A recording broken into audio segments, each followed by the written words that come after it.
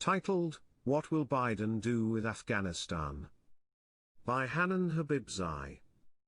Date, the 7th of November 2020.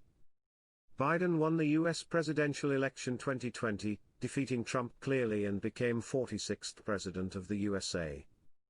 Now Afghans are worried about what will the president-elect Joe Biden will do with Afghanistan. How will the Trump-led U.S. deal with the Taliban in Doha work? I have read and listened to most of Biden's interviews and speeches on Afghanistan over the past decade, from the presidential discussions he held with President Trump. President-elected Joe Biden has always had the same view on Afghanistan.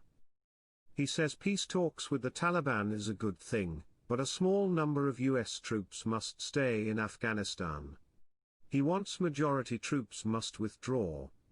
I would like to draw your attention to some examples of his speeches in the past. As Vice President, what did you know? Afghanistan, you said? Yes, sir, Afghanistan. Yeah, that's it. As Vice President, what did you know about the state of the war, and do you believe that you were honest with the American people about it? The reason I can speak to this, it's well known, if any of you followed it, my view on Afghanistan. I was sent by the president before we got sworn in to Afghanistan to come back with a report. I said there was no comprehensive policy available, and then I got in a big fight for a long time with the Pentagon because I strongly opposed the nation-building notion we set about. Rebuilding that country as a whole nation is beyond our capacity. I argued from the very beginning that we should have a policy that was based on an anti-terrorism policy with a very small footprint that in fact only had special forces to deal with potential threats from that territory to the United States of America. The first thing I would do as President of the United States of America is to make sure that we brought all combat troops home, entered into a negotiation with the Taliban, but I would leave behind special forces in small numbers to be able to deal with the potential threat unless we got a real good negotiation accomplished to deal with terrorism. That's been my position from the beginning. That's why I think Secretary Gates and some members of the Pentagon weren't happy with me.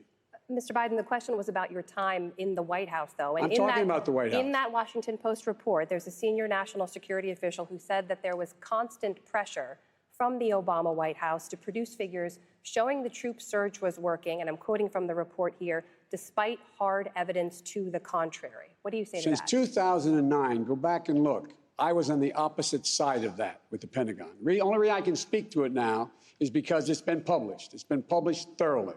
I'm the guy from the beginning who argued that it was a big, big mistake to surge forces to Afghanistan, period.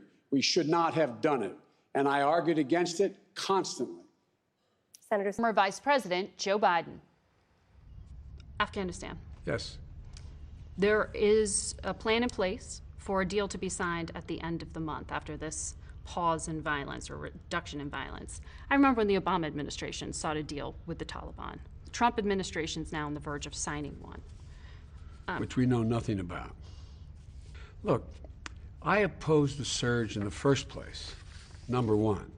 I didn't think we should have even the troops we sent there. Number, it's all been made public now, that we should have the troops in the first place that were sent there.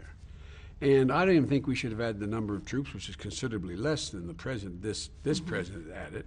I think we should only have troops there to make sure that it's impossible for the Taliban, for ISIS or Al-Qaeda to reestablish a foothold there, to be able to go from Afghanistan to the United States to attack the United States.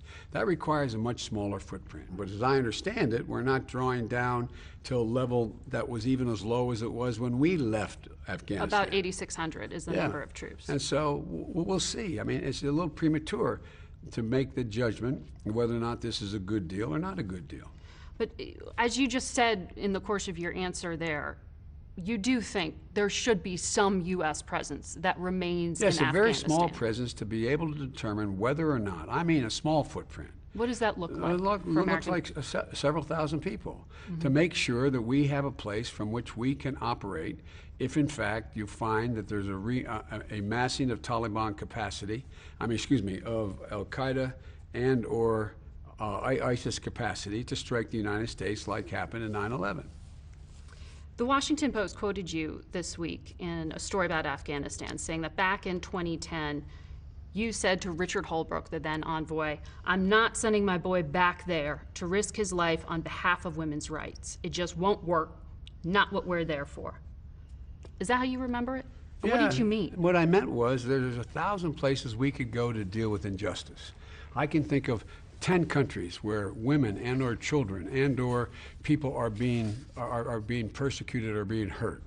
But the idea of us going to be able to use our armed forces to solve every single internal problem that exists throughout the world is not within our capacity. The question is America's vital self-interest at stake or the vital self-interest of one of our allies at stake? And the fact that they have a system in Afghanistan, as they do in parts of Pakistan, as they do in parts of other countries, that we're going to send troops to because there is not, human rights are not being valued to the same degree that we are, that's a different story about sending combat troops. We should call it out. We should go to the United Nations. We should be saying, this is what's happening. We should try to shame and get the world to put pressure on and economic pressure on people who engage, countries that engage in that, but not send troops. That's what I meant. It is not sufficient.